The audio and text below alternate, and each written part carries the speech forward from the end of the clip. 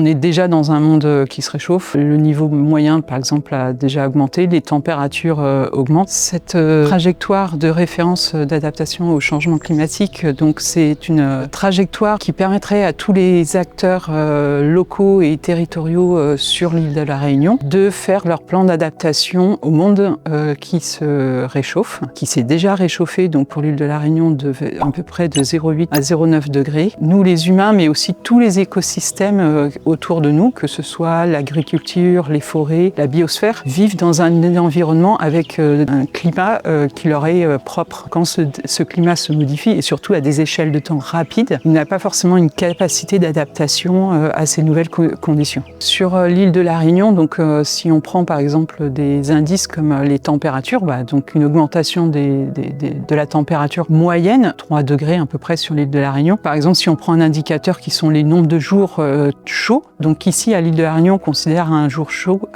quand la température est supérieure à 31 degrés. On sait que dans les années un peu passées, par exemple sur la station de Gilo, on était à peu près à 14 jours par an de jours supérieurs à 31 degrés. Sur les dernières décennies, on était déjà monté à 38. En 2019, où il y a eu un pic, on était à 108 jours supérieur à 31 degrés. Si on fait avec les projections sur ces niveaux de réchauffement, surtout pour le niveau de réchauffement supérieur, on aurait 80 jours supplémentaires près de jours chauds supérieurs à 31 degrés. Pour les précipitations, donc on s'attend plutôt à une diminution en fait, surtout pendant la période sèche et l'intersaison qui est la période de novembre-décembre.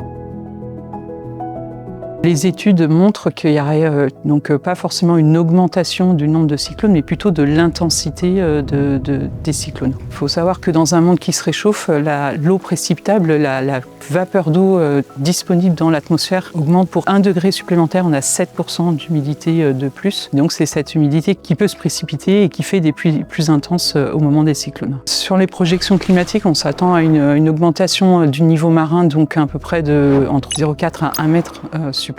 Quand on combine en fait tous ces événements, une houle cyclonique ou une houle liée à une tempête, et par-dessus, on rajoute donc cette augmentation du niveau marin. Là, on peut avoir des conséquences très drastiques. Quand on parle d'un risque climatique, en fait, c'est une combinaison de la vulnérabilité et de l'exposition avec l'aléa climatique. Donc, c'est là où Météo France donne des informations. Et donc, c'est à chaque commune, en fait, d'évaluer un petit peu leur risque climatique en fonction de leur territoire et de mettre des stratégies d'adaptation associées.